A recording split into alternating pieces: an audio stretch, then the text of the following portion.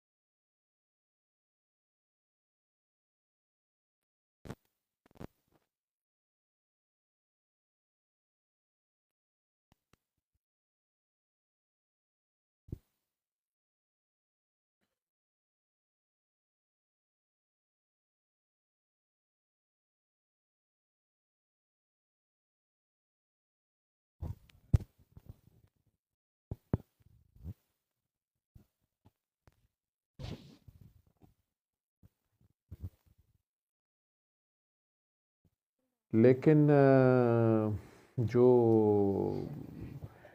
अहले तशय्यो में ही जो इस्माइली हैं, जैसे हुंज़ा वाले, आगा खानी जिन्हें कहते हैं आप लोग, ठीक है, उनका कॉन्सेप्ट ये है कि नहीं, इमामत कंटिन्यूस चल रही है और वो आगा खान की जो लीनियज है, सैयद हैं वो, तो उन्हीं में नेक्स्ट आगा खानी जो आता है वही सैयद होता है, आगा खान आता है नेक्स्ट, और वो इमाम होता है।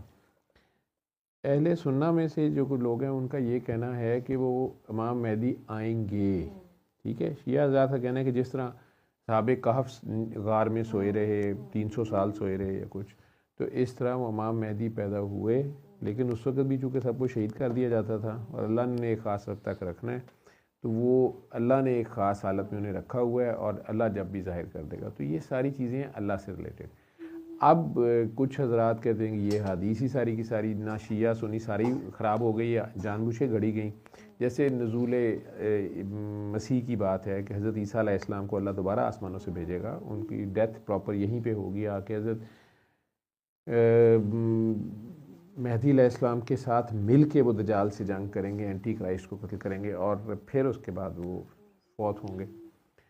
अब इस दुनिया में उस तरह से इसके ऊपर ख़ुद मुसलमानों में डिबेट अब फिर शुरू करा दी गई है, स्पेशली जो आई थिंक ये मेरा इस पर बहुत ज़्यादा मैंने नहीं पढ़ा, लेकिन यही बातें जो होती हैं उसकी कई बार सुनना, मुझे भी पढ़ना पड़ जाता है, देखना पड़ जाता है कि जो अहमदी हजरात हैं उनमें वो जो साहब थे मिर्ज़ा ग़ुलाम अहमद, उन्होंने अपनी किताबों में लिख दिया या कहा कि मैं मेहदी मऊद भी हूँ, मैं ही जो जिसका वादा किया गया था वो मेहदी मैं हूँ, या मैं ईसा, हज़रत ईसा को वो क्या कहते हैं कि मैं मसीह मऊद भी मैं हूँ, या आने, तो उस कॉन्सेप्ट में वो कहते हैं कि अब वो तो आके चले भी गए, तो वो बाबा जी भी कहते थे कितने मेहदी आके चले गए कि दजाल ही नहीं आ रहा, तो काका अपने काम से काम रखो ठीक है, क्योंकि हर दौर में ये होता था ना कि वो जी बस दजाल आएगा, फिर बड़ा फितना, सहाबा कराम दजाल से मतलब अल्लाह से पनाह मांगते रहे कि उस फितने से हम बच जाएं।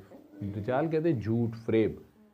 ये फ़ोन आपके सारा डाटा लेता है, इसकी एक जो आँख है, ठीक है, और आपको जो दिखाना चाहता है दिखाता है और जो छुपाना चाहता है छुपाता है, और आपको पता नहीं चलता। आपके माइंड को, माइंड आपका जो है ना उसको वो ट्रेन कर रहे हैं और आपको आहिस्ता आहिस्ता इंसेंसिटिव करी जा रहे हैं। आपने देखा होगा कि इतना बड़ा हादसा हुआ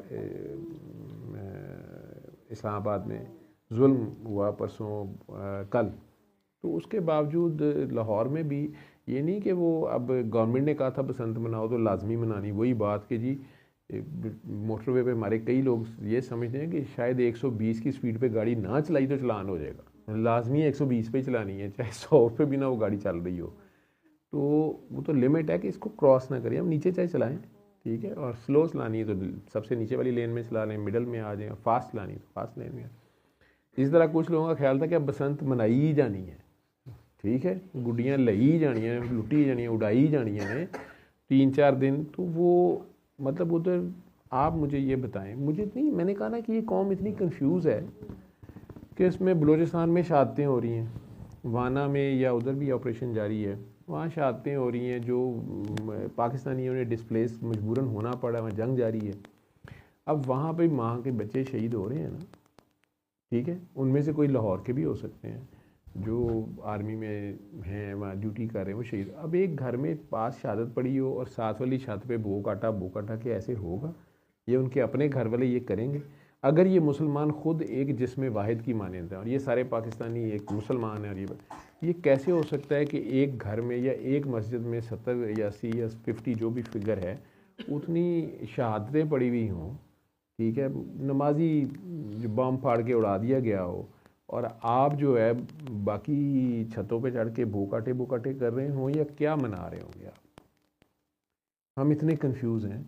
उनको एक तरफ हम उन शहीदों को, उनकी माओं को, उनके घर वालों को तसल्लियाँ दे रहे होंगे कि नहीं वतन की हिफाजत में दहशतगर्दों के ख़िलाफ़ या ख्वारिज के ख़िलाफ़ लड़ते हुए शहीद हो गया।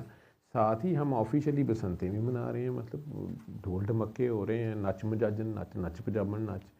तो वो मतलब पंजाबन को क्यों इतनी उंगली करा दिया आपने? क्या मसला है? उसको भी आराम से बैठने दें।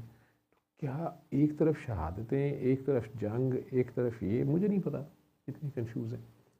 इसी तरह ये जो लड़ाई है कि जी इमाम मेहदी ने आना है, नहीं आना, तो बाबा जी यही दजाल है, यही फ्रॉड है, यही आपको पता ही कोई नहीं है आपके साथ वाले घर में क्या हो रहा है, आप इनसेंसिटिव हो गए, ठीक है ना।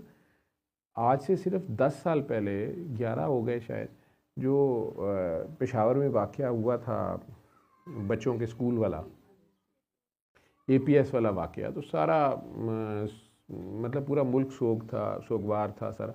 ये छोटा हादसा नहीं है जो इस्लामाबाद में हुआ है, ठीक। या उससे पहले जो 2-3 साल से जुल्म पूरी दुनिया में ही हो रहा है, पर्टिकुलरली जो गज़ा में हुआ और कहीं भी सूडान में हो रहा है, यमन में हो रहा है, हर जगह।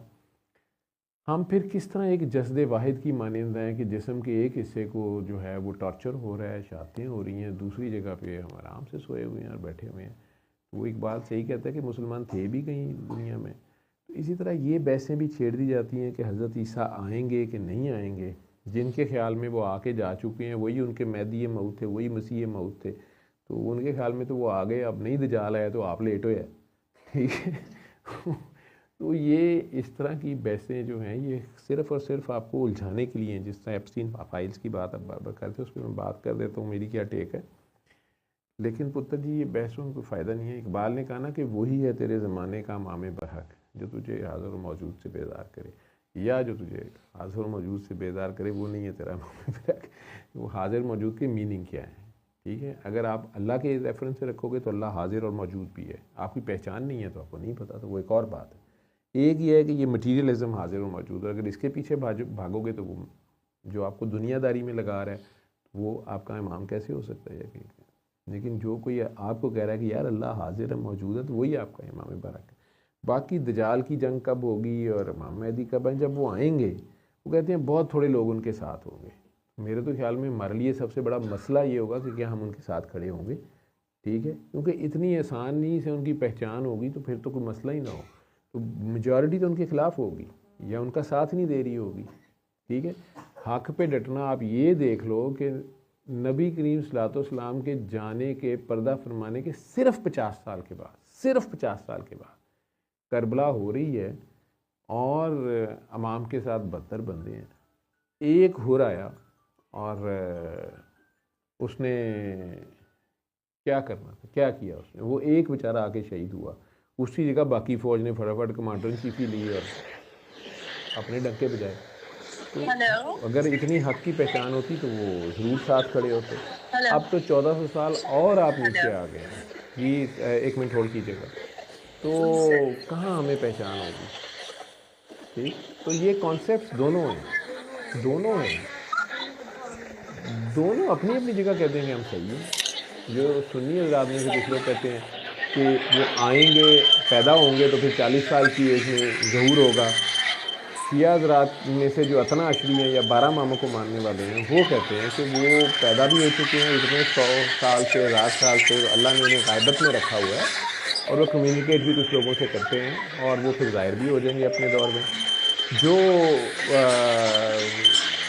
आगा खानी है, ठीक है, आगा खानी शिया हज़रात जो हैं वो कहते हैं कि इमामत चल रही है, वो आगा खानियत में चल रही है, तो भी चल रही है। ये अपने अपने कॉन्सेप्ट हैं, ठीक है। आप अपनी ड्यूटी पे जाने कि हमारे जुम्मे क्या है, ठीक है, इन बातों में नहीं पड़ते। हेलो जी, अस्सलाम वालेकुम। आपके पास शोर बहुत ज़्यादा है, शायद आपने स्पीकर ऑन जी रखा हुआ है। जी मुझे सिर्फ 2 मिनट दीजिएगा, मैं गाड़ी में जा रही हूँ। जी हुक्म। सिर्फ 2 मैं अपनी इधर म्यूट कर देती हूँ, आपको आवाज़ नहीं आएगी। I am just going in the car. 2 minute नहीं तो आप म्यूट कर देंगी तो आपकी आवाज़ मुझे कहाँ से आएगी? आप 2 मिनट बोल रहे हैं। अच्छा सर, यानी कि अच्छी बात है कि मैंने भी यही बात की थी कि 50-50 है, तो मैंने कहा बस 50-50 बात है। मैं यही बहस करी थी कि बात आधे लोग ये मानते हैं, आधे लोग मानते हैं। शी वाज सेइंग नहीं confirm, but I am happy कि आपका स्कूल ऑफ जो आप सोचते हैं मैंने वैसे ही सोचा। मेरा सबसे बड़ा मसला ये है कि आप मेरे से तो अभी की हिसाब लिया जाएगा ना। अल्लमल कुरआन खलक़ल